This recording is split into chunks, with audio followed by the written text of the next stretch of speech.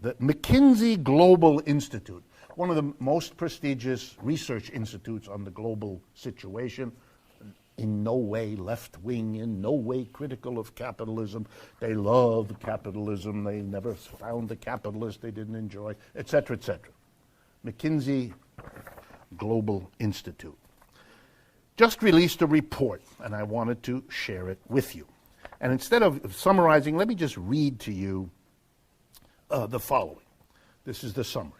The real incomes of about 2/3 of households in the 25 advanced economies were flat or fell between 2005 and 2014. Let me do that again.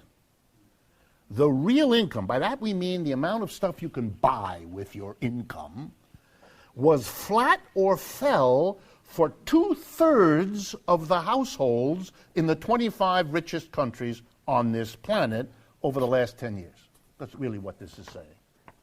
And they go through in the report, and you can get it on the internet, they go through and report different countries. So for example, the country that jumped out at me, Italy. What percentage of the households, because it varies from country to country, had flat or falling incomes in Italy? 97%. Now, what you might be surprised at is for the United States, the percentage of families that had flat or declining income, in terms of how they were doing in their jobs, was 81%. But when you adjust that for the transfer payments, that's government supports of one kind or another, and for tax implications, it's reduced to only 2% here in the United States. In other words, 81% of people's incomes, in terms of what they get from their job, went flat or down over the last 10 years. But they didn't experience it that way because they got some compensation in government supports of various kinds. It's interesting in a country where the majority of people think the government is a burden to recognize that for the vast majority of people, the government is the only thing they had in the last 10 years to keep them from a major collapse of their standard of living. The power of ideology, when the reality is the government is saving your rear end to achieve that you don't like the government because it's an economic burden on you. It's stunning to achieve that. That is roughly the equivalent of achieving you that when I point that way, I'm pointing down. You know, it's good if you can pull that off. What is the conclusion of the McKinsey report? I thought you might like it to hear this.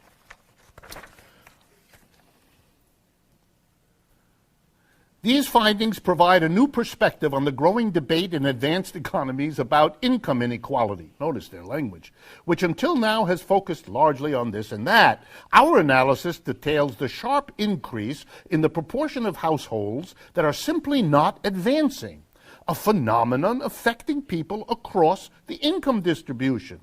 And the hardest hit are young, less educated workers, raising the specter of a generation growing up poorer than their parents. Hello. Some of us have been saying this, boringly repeating it for a decade.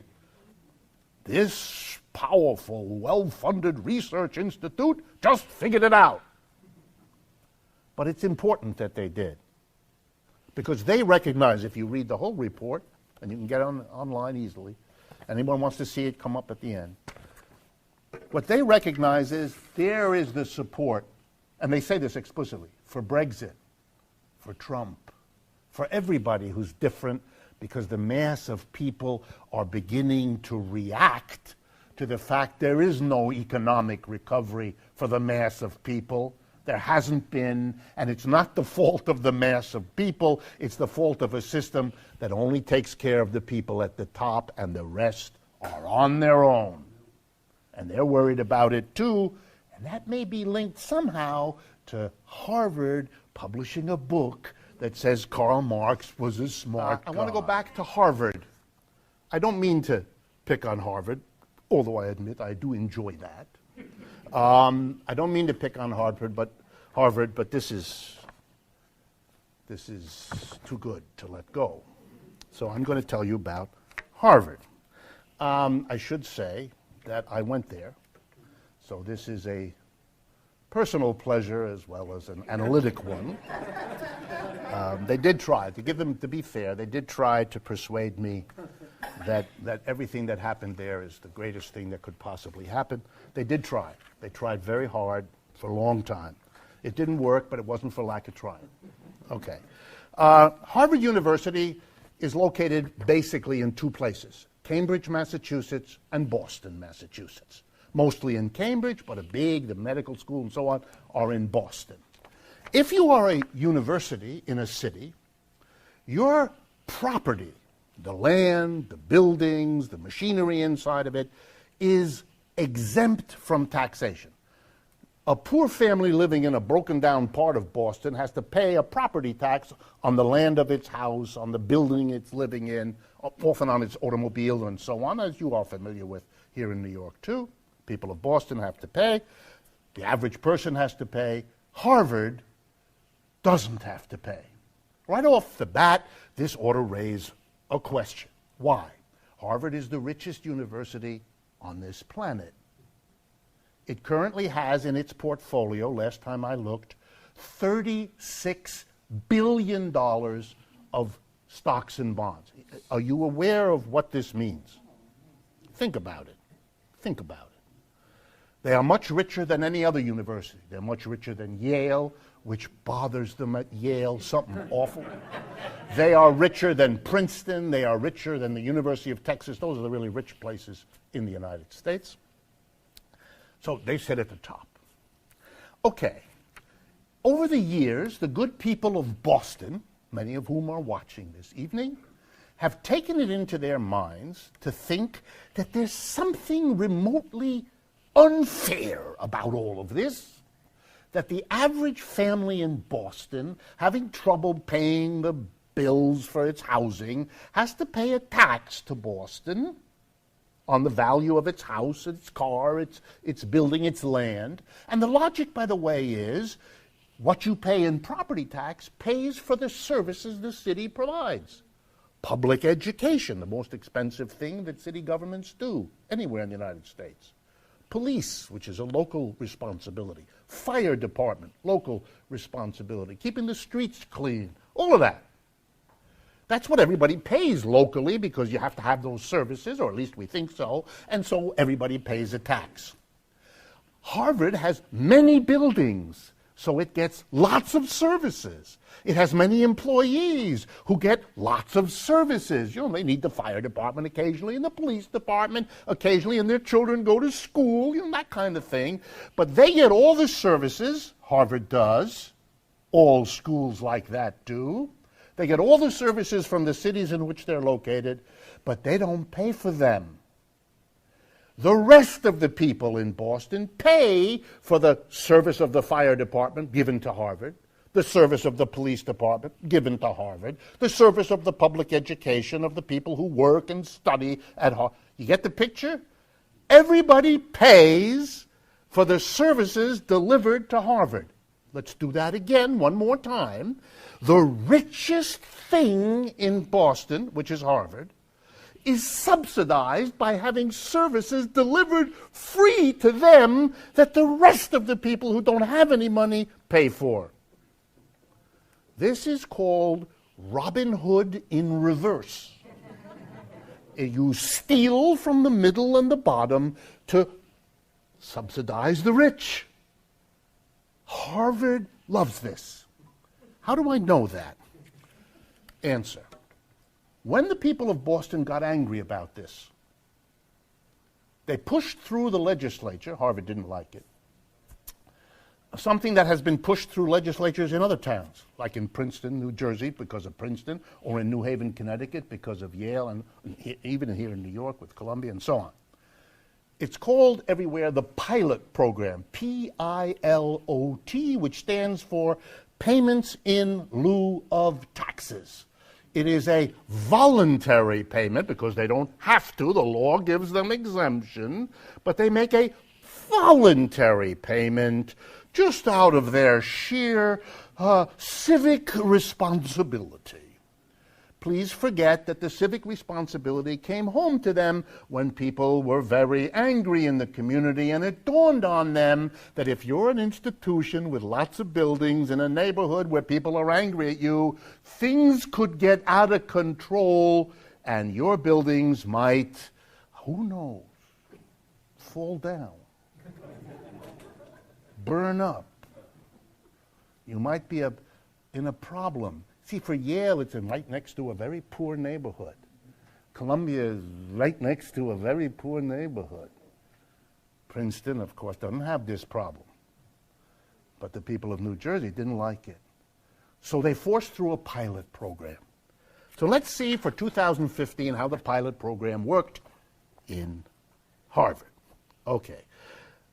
The exempt value of the property Harvard has in Boston, this is just Boston, not Cambridge, $1.5 billion. That's what Harvard says is the value of the land and the buildings they have. You'll notice that it's more than, say, your house. Okay? $1.5 billion. If it were taxable at the same rate that everybody else in Boston, all the Boston Irish who've lived there for 1 million years, and all the Italians, and all the other ethnic groups that make up the population of Boston, what they all pay for their houses and so on, if Harvard had to pay the same, they would owe every year $47 million. They'd have to give Boston 47. Keep that number in your mind, 47. What does the pilot program, their voluntary offering, what do they pay to Boston, or at least on paper, what are they supposed to pay? $10 million. Somewhere in their nobility, in their voluntary commitment, the number 47 shrank to the number 10. But we're not done. So all they really owe is 10. Not the 47 if they pay the same rate that everybody else does. They get a special one for their voluntary payment. Only 10. 1/5. 4/5. Forget about it. Imagine if you went to the local tax office and asked them to forget about 4/5 of your tax obligation. They would do things to you I can't even think about. Okay, so now they owe 10. They got rid of 5 of those by saying that the wonderful things they do for the community are worth 5 out of the 10. You know, they have really beautiful buildings. And in front of the buildings, tulips and shrubs. And local people can go to the library. It may cost a bit, and they may look at you funny, but you can go to the library. They worked all that out, and that's worth $5 million out of the 10. So they don't have to pay the 10. They only owe 5. And then the city of Boston is where I got this. This is the official City of Boston records. Here's how much they actually paid out of the 5 left. They paid, ready?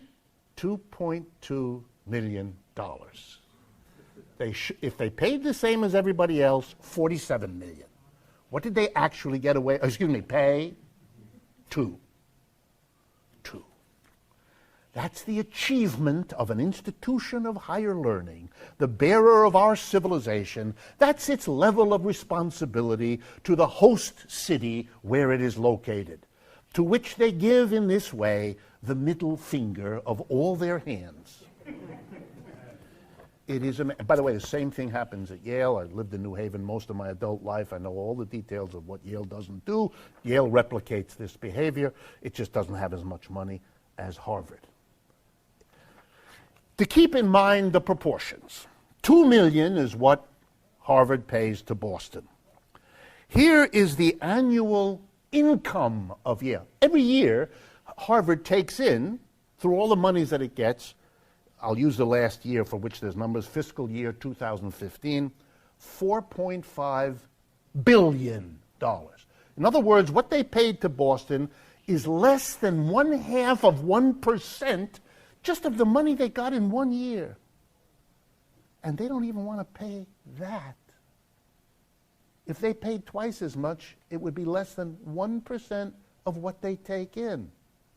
They're making money that they don't need. It's almost as if there's a certain principle or pleasure involved in not paying your taxes. A $36 billion institution that services the richest people on this planet can't pay the taxes. By the way, the story in Cambridge, which is where most of Harvard is exactly the same. So let's turn then to the major topic. I want to let that sink in. And to give you a taste of where we're going to go when we look at Trump, Clinton, and the others, we could start by saying, have either of those esteemed candidates had something to say about anything I've just been discussing? Nothing. If this story of what Harvard isn't doing and what is replicated by all the other private universities just about in the country, is this a problem? Would it mean huge amounts of money for these cities to provide programs for their people, to rebuild their slums, to improve their housing, to do a better job of teaching children? You bet. But these two candidates, not on their radar, not in their minds. Nothing. Nothing. Bail out banks and have them pay for the sexual peccadillos of their executives, to pay them huge salaries, to have them take steps that hamper the flow of taxes which were used to bail them out. It's too much. You wonder why the American people or the British people are disgusted by it all, turn away from it all, will vote for anybody who seems to be giving the finger to a system that works this way, even if the particular programs of such a finger giver don't make a whole lot of sense and won't help you much. It's the sheer hope that somebody can call this what it is that moves people. This modern capitalism hasn't just brought us inequality on a scale that blows your mind. Instability. This is a system which in the last 75 years has collapsed twice. In the 1930s, it collapsed. In 2008, it collapsed again. And between the end of the 1930s collapse, that's 1941, and the beginning of this one, 2008, the economic downturns that we had, there were 11 of them. If you, I hate to do this, some of you have heard this, I got to do it again. If you lived with a roommate as unstable as this system, you would have moved out long ago. Or you would have demanded that the roommate get professional help. But you live in an economic system whose instability, and let's remember what instability means. Suddenly, millions of people lose their job. Because they're not doing good work? Not at all. They're doing the same thing they did last year. But they're out. Companies go out of business. You walk down the major streets, say for example, New York, and half the stores, I live on 6th Avenue, half the stores on 6th Avenue where I live are empty. They've been empty for months, some of them years. What's going on? We have homeless people, lots of them, who can sit across the street from the buildings that are empty and look at them, but they can't go in them. This is a brilliant system. Fantastic. It breaks down over and over again. Isn't that an issue? Shouldn't the instability that haunts us, that damages us, that we've just gone through, so it's very present, shouldn't that be some kind of issue for these candidates to discuss, to offer some solution? Nothing. What instability? Some of you may remember a wonderful film called Young Frankenstein. You remember it? Mel Brooks, one of his better ones. And there's a moment in the film where Wilder, Gene Wilder, the guy who plays the doctor, steps out of a coach. He's on his way to the castle where all the weird stuff happens. And a wonderful British actor named Marty Feldman it has a, what in France called bossu, in English, hunchback. He has a hunchback, and he's bent over. And the doctor gets out of the coach and inadvertently touches the protrusion on his back. And he goes, oh, he's obviously terribly embarrassed that he should touch it. He looks down at the guy and says, I'm terribly sorry. I'm terrible. And the guy looks up and says, what are you talking about? He says, well, your hump. And the guy Marty looks up and says, what hump? That's America. What hump? What instability? What inequality? What are you talking about? Nail file. Where's the nail file? I don't have big problems. And then the injustice of it all. The end result of all of this. Come on, we do all know what the end results are, right? Police having pitched battles with the communities they're supposed to serve, and instead they're shooting them because they're terrified, they're scared, or they're out of control, or whatever it is. These are signs of a society falling apart. The first generation we are now living through, the first generation of students in America who are told, go out there and get a bachelor's degree in college because without it, you're dead. You'll never get a job. When the truth is that that degree is less useful for getting a job than it's ever been. And in order to get it, you have to go into debt for tens of thousands of dollars. So we're going to get you full of debt that'll freak you out all your life in order to get a degree. It doesn't help you very much. Whoa, what a lovely offer to a new generation.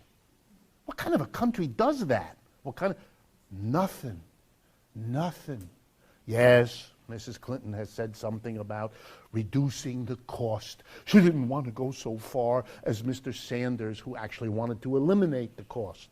And for those of you who don't know, let me tell you that half a dozen countries in Europe have already done.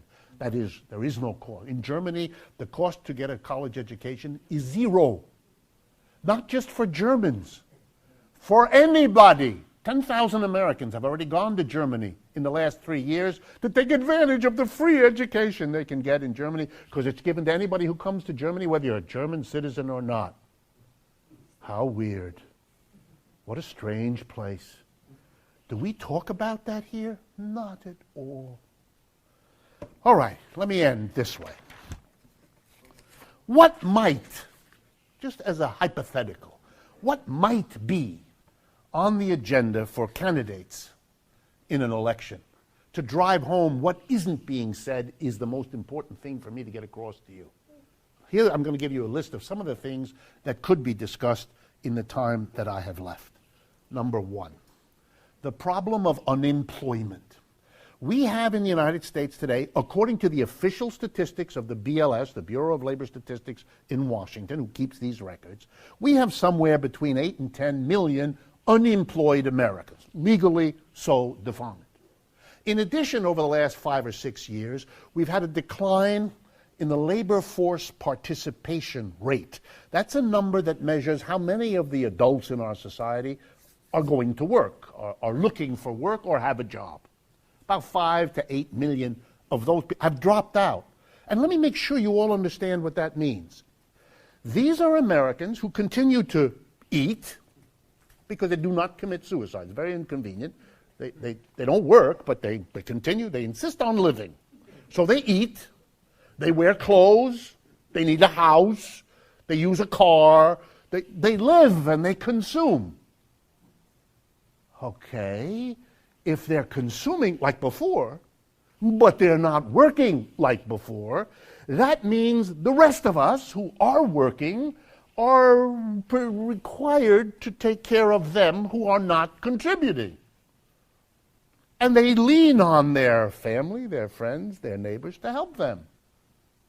Or they engage in illegal activities, don't they? This is a problem. This is not good.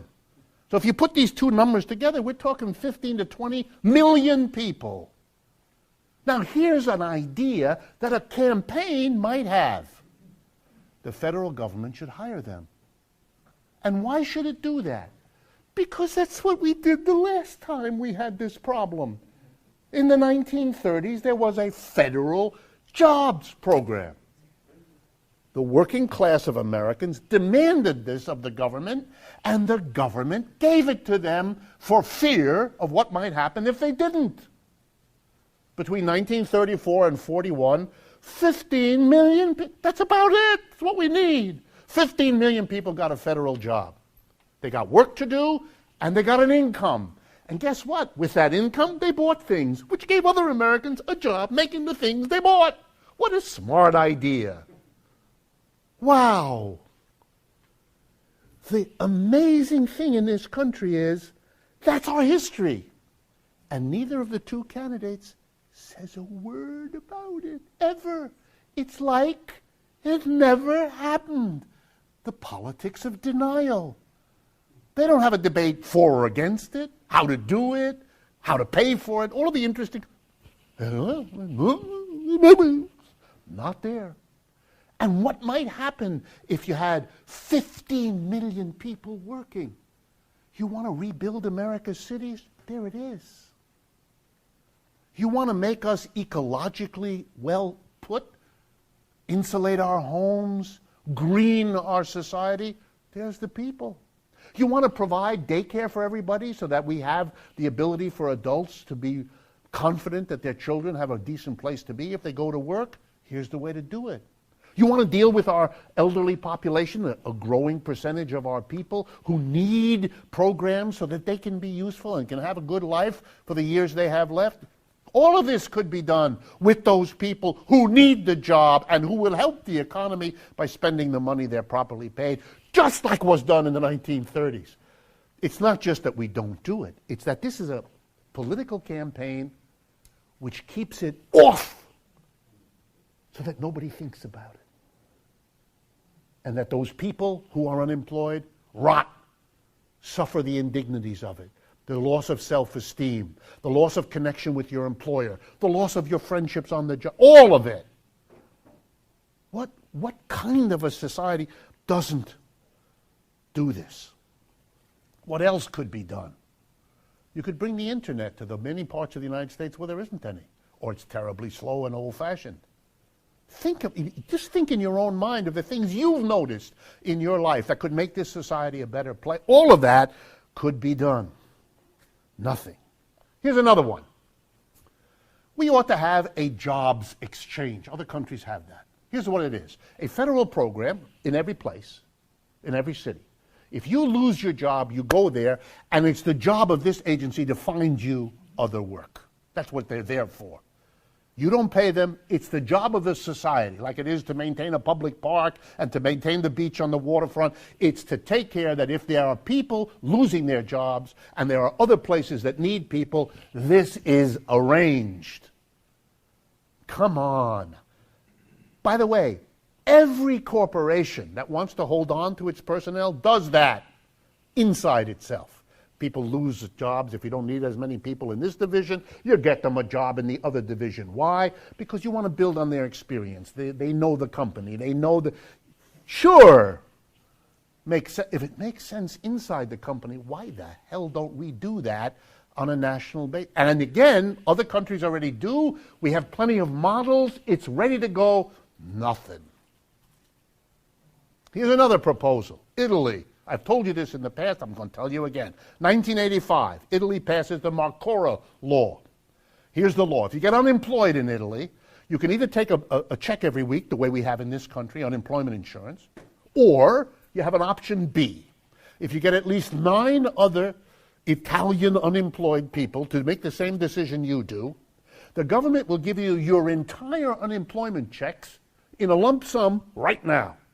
You don't have to wait. You don't have to be unemployed for a year and a half. You don't have to feel terrible about being out of work. You don't have to suffer with your family. None of it. Here's the requirement. You got to get those 9 other people to do it with you, and you have to use the lump sum, get ready, to set up a cooperative enterprise that you can all work together to make successful. Italy has more cooperatives than any other country in Europe. You know why? You just heard why. This is a no-brainer. It's been on the books since 1985. That's 30 years of experience. Is it being discussed in the United States? Not a word. It's as if it didn't exist. The politics of denial. Here's another one. Back in the 1950s and 60s, we had a different tax system. We taxed corporations and we taxed individuals. Corporations were taxed a lot, and individuals were taxed a lot. The highest tax rate in the 1950s and 60s was between 70 and 90%. Today, the highest rate is 30-something percent, 38, 39. Here's a thought. Why don't we go back to the 50s and 60s? It would raise a ton of money from those most able to pay. Those who've been given a tax holiday for the last 40 years because the tax rates have come down. We're not asking it for all the years they got away with it. Just let's go back now. And here's a good reason. In the 1950s and 60s, we had lower unemployment than we've had in the last 20 years and faster economic growth. So apparently, unemployment and growth is not a problem. All the last 25 years of being told the taxes have to come down on business because then they'll create jobs, those job creators. That turns out to be, and I'll use the typical economics analytical term, that turns out to be bullshit. See? That's what that is. But it's useful because it cuts taxes on business. The fact that they don't take the money then to do what they said the tax cut would lead them to do, we're not supposed to notice. This system is breaking down. I haven't said that before to you. I really haven't been ready to. I'm not an alarmist, but I'm here to tell you as an economist, it's beyond bad. It's beyond unequal. It's beyond unfair. I'm beginning to wonder whether capitalism may not historically end up in the books, being in one way the system that changed the world most dramatically in the shortest amount of time, 300 years that it's been dominant. That it's been a very powerful empire, transformative. But it may also have another quality, that the shortest one there ever was.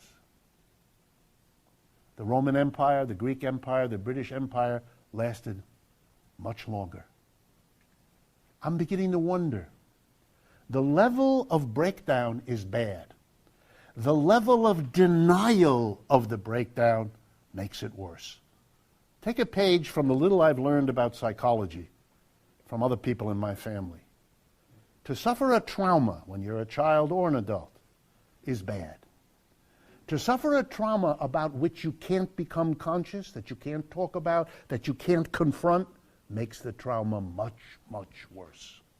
We are a society going through a trauma of a dysfunctional economic system, and we are led both by our political leaders and our media and our academics into a vast program of denial. The great tragedy of this political election is that it is a systematic focus on what doesn't matter and a systematic refusal to engage what does. And it does an unspeakable disservice to all of us by endlessly confronting us with one piece of minor junk. True or false is not my issue here. But one piece of sleaze, and it is lucky, I think, for the American people that we have two major candidates who can generate sleaze almost on a daily basis.